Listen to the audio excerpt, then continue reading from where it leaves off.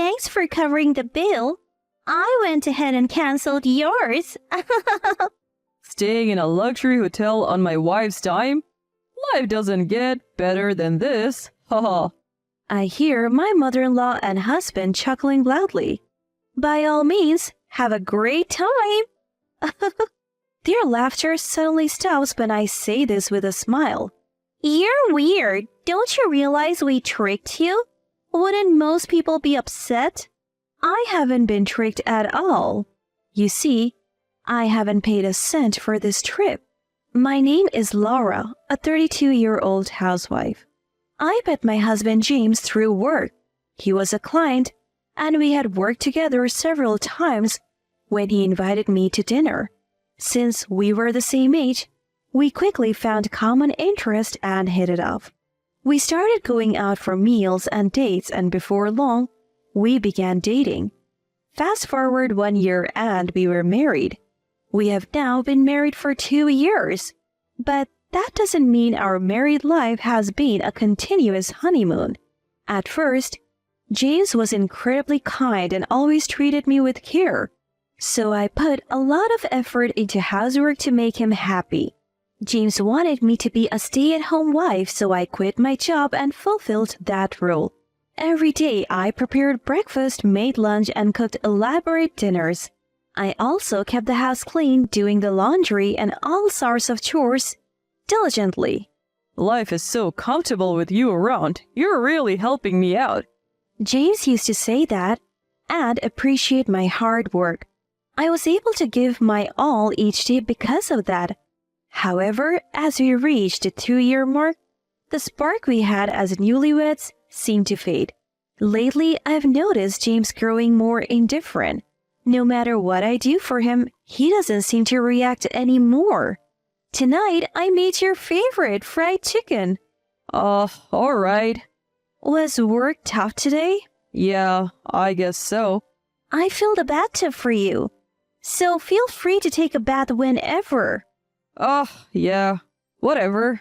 My husband seemed disheartened whenever I spoke to him, offering nothing more than half-hearted acknowledgments. He used to come home from work on time when we first got married, but he's been coming home later and later. He also started going out for drinks without telling me, which often resulted in wasted dinners I had prepared. Is this what they call the 7-year itch? I miss the good old days when we were a loving couple. Was that too much to ask for? But there was another thing bothering me. It was the presence of my mother-in-law, Rose.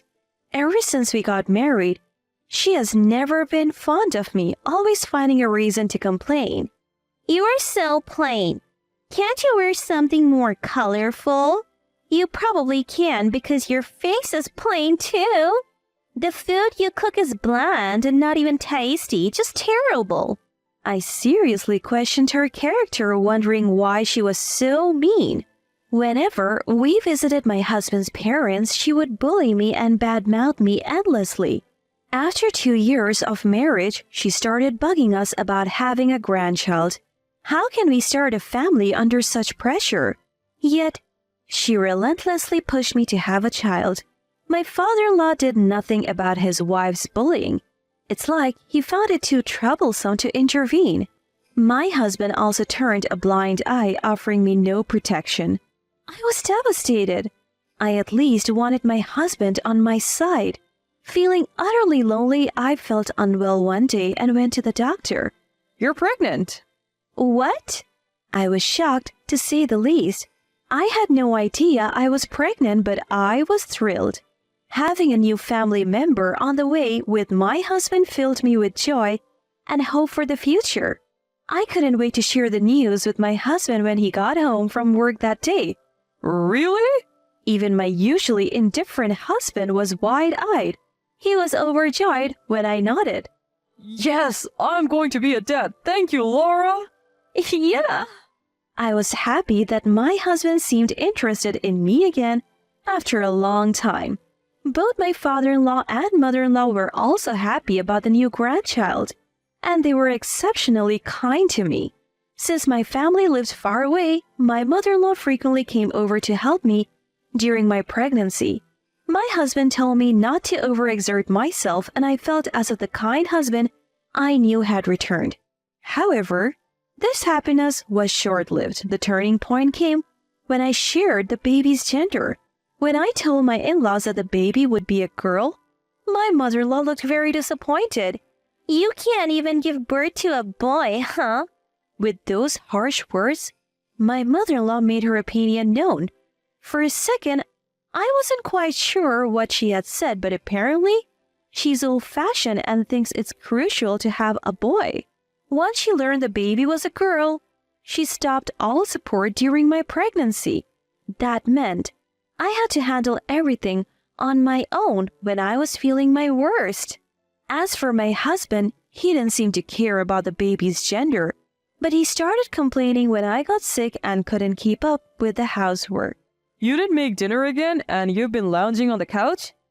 I'm sorry. I'm not feeling well.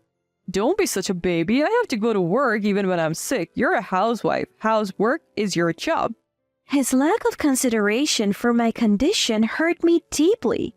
The only hope I had was the baby inside me and the thought that we would meet soon, and then I safely gave birth to our daughter. Seeing her for the first time filled me with joy. My husband was also thrilled and emotional when he saw his newborn daughter. She is as cute as an angel. I thought the three of us could finally be a happy family. But when we got home from the hospital, he reverted to his cold, distant self. While I do love my daughter, my husband would always leave her to me when she cried. He never bothered with things like changing diapers or giving her a bath. Even when the already busy task of parenting, he didn't consider that and would selfishly ask, "What about dinner?" or "Is the bath ready?" Little by little, I started to lose trust in him. The thought of divorce crossed my mind, but our daughter had just been born and I couldn't go to work. So all I could do was wait until she grew up. The only silver lining was that I didn't have to visit my husband's parents because of the childcare. My mother-in-law wasn't interested in my daughter, so my husband didn't complain when I said I didn't want to go. Time flew by while I was focused on raising my daughter, and before I knew it, she turned 3. As she started talking, my husband became more interested in her. Though our relationship had cooled, I appreciated his effort as a father. But something started to bother me. Over the past year, he had been acting strangely. He started caring more about his appearance. He used to just let his hair grow out until I told him to get a haircut. Lately, though, he's been going to the salon himself and getting stylish haircuts. He's also started wearing cologne and has been shopping for clothes like crazy. I wouldn't mind if he just took an interest in fashion, but he's always so restless. And he's been spending more time on his phone lately. Is he cheating on me? So I started watching him more closely. One day, while he was in the bathroom, his phone was left on the table and it dinged with a new message. I was shocked when I saw the message on the screen. It was from a woman named Jennifer saying, "Looking forward to seeing you tomorrow night," accompanied by a lot of heart emojis. I thought he was supposed to be going out for drinks with his co-workers tomorrow. Was he lying and actually meeting up with this woman? Once you start suspecting, everything seems suspicious. I couldn't shake my unease, so I decided to hire a private investigator. Weeks later, the results confirmed my worst fears. He was, indeed, cheating. Apparently, it's a female colleague from work. No matter how strained our marriage has been, crossing that line is unforgivable. I started preparations for a divorce. I hired a lawyer and even began searching for a job to support my daughter after the divorce. Out of the blue, he proposed a family vacation. How about we take a trip for Dad's 60th birthday? Sure, have a great time. Don't be cold, you're coming too, right? What? I was shocked. I never expected him to say something like that. What's the deal? You've acted like you're not interested in me. Likewise, you didn't seem interested in me either. Dad's turning 60. We should all celebrate together, so Help me out here. I didn't really want to go, but when he mentioned the dates, I came up with a plan.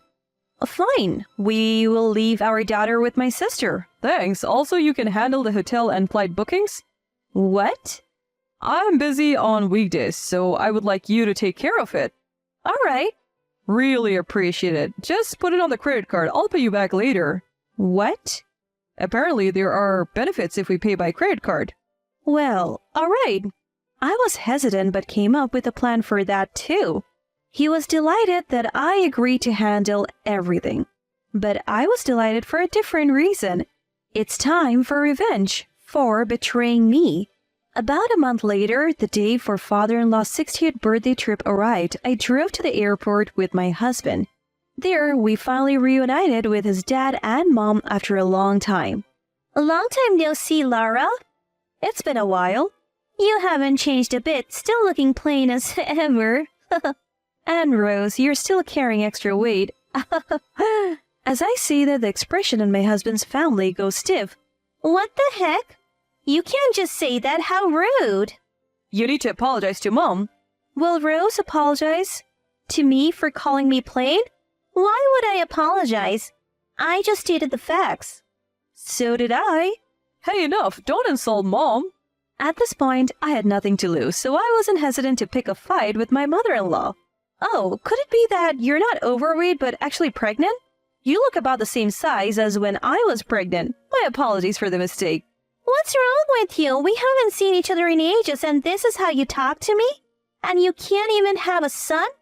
I really could care less if you call me useless, but for the record, I'm not showing like you are, Rose. I keep provoking her and my mother-in-law storms off saying, I can't stand to look at your face anymore. My husband says, Cool it. Take some time to clear your head. And walks away with his parents. With a few hours to kill before the flight, they probably went to some cafe. I was relieved to have some time to myself, so I hung out at a coffee shop. Then my husband texts me. Come to the gate soon. When I arrive, I see my mother-in-law leaning on my father-in-law. What's going on? I ask my husband. She got dizzy from being so angry at you. He says, Could you get some motion sickness pills? She might get sick on the flight. Right now? Won't we miss the flight? We're fine. I'll watch your bags. Go get it. All right. I step away suspicious. Understanding they were up to something, I moved just out of sight and then went upstairs to observe my husband and his parents from the second floor. Sure enough, my mother-in-law immediately moved away from my father-in-law and was cheerfully chatting and laughing with my husband. Faking it, huh? My husband and his parents then left my bags right there and headed for the gate. I quickly went back to collect my bags. Can't just leave them, they'll get stolen. A few minutes later, my husband called me. I answered the phone while watching them disappear through the gate. Where are you? We decided to go without you. What? It's what you get for disrespecting Mom. My mother-in-law grabs the phone. Thanks for the payment. We canceled only your ticket. Staying in a fancy hotel with your money will be so sweet. I heard my mother-in-law and husband burst into loud laughter. They probably never intended to bring me along in the first place. Well, I never planned on going either. Enjoy yourselves, all right? When I said that with a smile, their laughter suddenly stopped. You're strange. Don't you realize we tricked you? Shouldn't you be upset? No tricks here. I didn't pay a dime for this trip. What? I heard my husband's voice, probably because they had the call on speaker. What's going on? Explaining would be a hassle. So I'll tell you later. Bye. I said that and hung up the phone. Then I immediately left the airport and hit the road. I headed to the new rental condo I had secured. Boxes were already there and my sister and her husband were waiting for me. While I was at the airport with my in-laws, they had moved all my belongings for me. I was beyond grateful, especially since they also took care of my daughter. Once we started unpacking in the new place, we were done in no time.